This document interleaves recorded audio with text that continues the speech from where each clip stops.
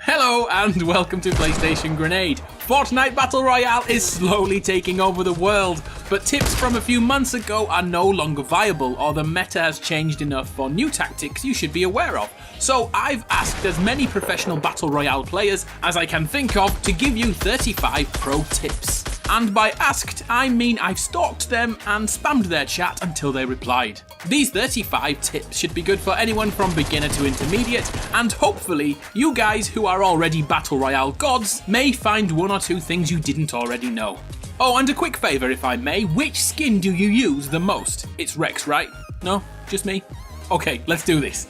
If you find yourself stuck in the storm, I'm already sure that you use the launch pad wherever possible to escape, but also keep in mind those pulse grenades to push yourself quickly towards the safe zone. In some cases, it's actually more beneficial to grab the pulse nades over healing items, so don't ignore them, they could save your life.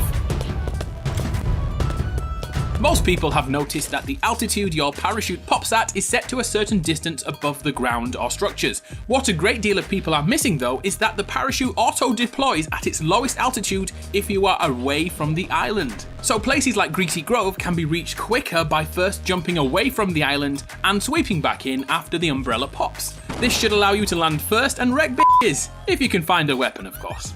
Not everyone wants to fight every single person they see, so if you're a covert player, attempt to enter the safe zones by the smallest side. This limits the number of combatants you'll face.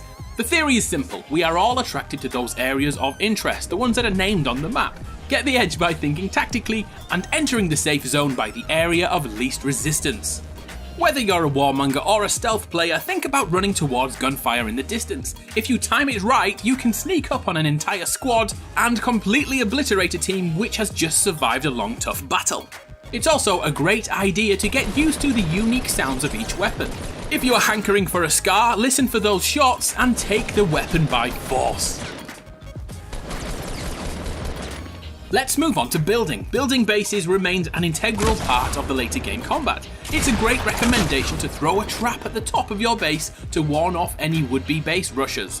But we can take this a step further by placing traps at the foot of our base and catch those snooping little buggers who attempt to hide there. By doing this, you also may find yourself being forced to jump out of your structure, and running away may actually net you another kill. Oh, I'm good, I'm just trying to get a trap kill. Yeah, you fell for it, boyo. And one more way to use traps on your bases is by putting them inside. A few ways to do this: edit the top of your structure and watch your foes fall to their death, or make a door on the bottom and hide traps behind it. There's so many ways to use traps to both deter and outright murder other players. Why did you fall for that? Most people use brick and metal for those final bases. This makes complete sense as they are the stronger materials, but many people miss how weak they are during the first few seconds of the build. Wood, on the other hand, has immediate integrity and can take the brunt of a shotgun blast and still stay intact. Whereas metal, the supposed strongest structure, is smashed to pieces immediately. Of course, metal is the strongest material for final towers, but always keep in mind how long they take to construct. Trees are the biggest commodity for materials in Fortnite, but the sight of them falling can give away your location. With big trees, try to keep the last 50 health intact and move to the next one. It's damn hard to resist, I know, but no one wants to be ambushed with their chopper out.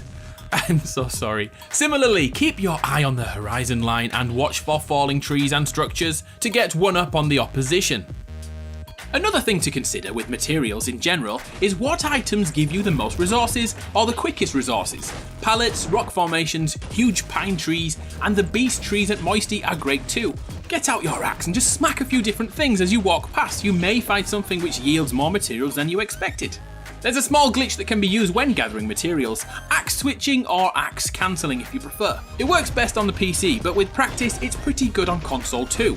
To do it, begin to mine like usual, but after your first swing hits, switch to your inventory items and immediately switch back again and start the process all over. Your character will definitely look like they're having a seizure, but with practice you can obliterate anything using axe cancelling. Let's look at our building options during fights. When climbing high, it's a good idea to put a ramp over your head to protect you from headshots from a higher distance. This is also the case with roofs, which can be placed above your head if the opposition has the high ground. You'd be surprised how many players jump down and give away that high ground once they feel they can't get free shots. Depending on the material you choose to build with, you can peek through the slats in the structure and get the drop on your enemy. Fortnite is very frustrating in that sense. Some gaps you can shoot through, some you cannot. In here you are completely safe, so peek away. A quick reminder about edit mode. Edit your structures, in particular the walls, and remove all the segments in front of you. You'll now be able to see through to the other side, and it acts like a one-way mirror. Speaking of editing tiles, in sniper battles most people are looking for someone to peek their head out of the top. Mix it up a little by quickly editing in a window and surprising those motherfuckers.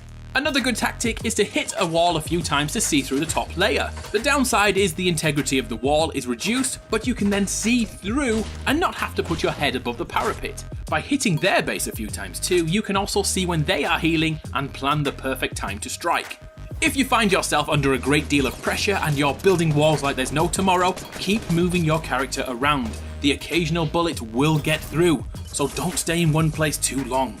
When landing in a building at the start of a game, you may have someone downstairs. A cool tip I saw over on Twitch involves stone covers. Stone offers limited visibility and builds quite fast compared to metal. When in the upstairs of a house, place down a floor over the stairs. Now, stand and be ready to kill your foe by editing out the tiles. Once they switch to their pickaxe, edit down and show them no remorse. Be aware though, not everyone falls for it, so be ready. How many times have you built a sky bridge and had it shot from beneath you? If you're running with a squad, try to attach the ramp or bridge to other structures like cliff edges. By doing this, if someone shoots out one of the panels, you and your squad won't fall to their death. Connecting structures to solid objects acts like a point of contact, keeping gravity at bay. When building structures, remember that you'll take fall damage jumping from a height above 3.5 tiles. That's why the majority of towers you see are all 3 walls high. If you do fall from a considerable height, try to spam the ramp tile in the hopes of negating any fall damage. As an extension to this, if you're trying to make an impossible jump, use the roof tile to bridge the gap. I get into Salty Springs the exact same way every time, leaping from the cliff edge and placing down a tile to stop my impending death. Onto guns and silenced weapons in particular. These are so underutilized. If you don't want to murder people with them, use them for checking bushes or knocking down trees and walls without giving away your position. In ranged fights, use a sniper or other long-range weapon to hugely weaken your enemy. Whether you hit or miss, immediately switch to your rifle and finish the fight. Too many of us, me included, have the urge to keep looking down our bolt sniper sights and admiring our shots. But by switching to another weapon immediately, you could end the fight much quicker. This should be an obvious one, but I've neglected it for so long, but you really should pop a ramp when fighting. The additional cover and height will always give you the edge in battle. Oh, did you know that sniper rifles can snipe through some cracks in structures? For example, those huts you see dotted around the world. Have you ever looted your kill and accidentally picked up too many bandages or grenades which take up 2 slots in your inventory? Switching to your axe while looting will stop you from getting too many materials. It will max out on its own. A few months ago, I suggested hiding unwanted loot under pyramids. Well, I have a new tactic for this season, placing a lovely structure and door around the loot. Here's the theory. Whilst rezzing a teammate or chug-jugging, we all tend to build a mini fort around us to keep us safe, and then we create a door when we get out. Well, as these mini forts are so inviting to other players, place a trap behind the blind side of the door, and anyone who can't resist a little look-see will be obliterated. How often do you use the campfires? Did you know that the effects of those campfires can stack, so standing between 2 or more will see you heal super quickly? We're gonna get sniped at any second now. Our heads are going to be blown off.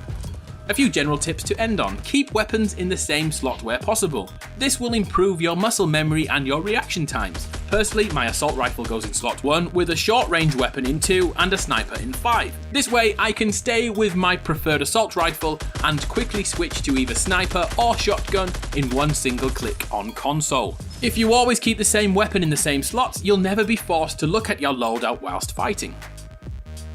Here's the biggest thing of all, and it seems a bit of a cop-out, but it needs to be said. Check those patch notes. Things change so fast in Fortnite that the guns you love get slightly nerfed, All those guns that you hate suddenly become the new meta.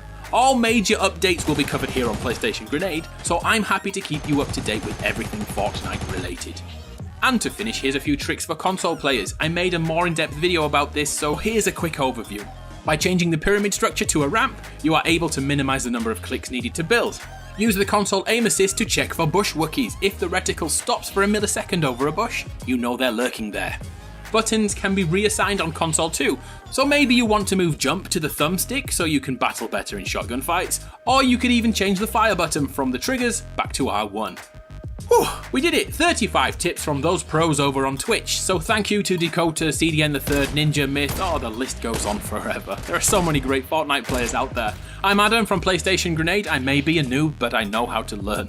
It's been a pleasure. I'll see you next time. Grenades!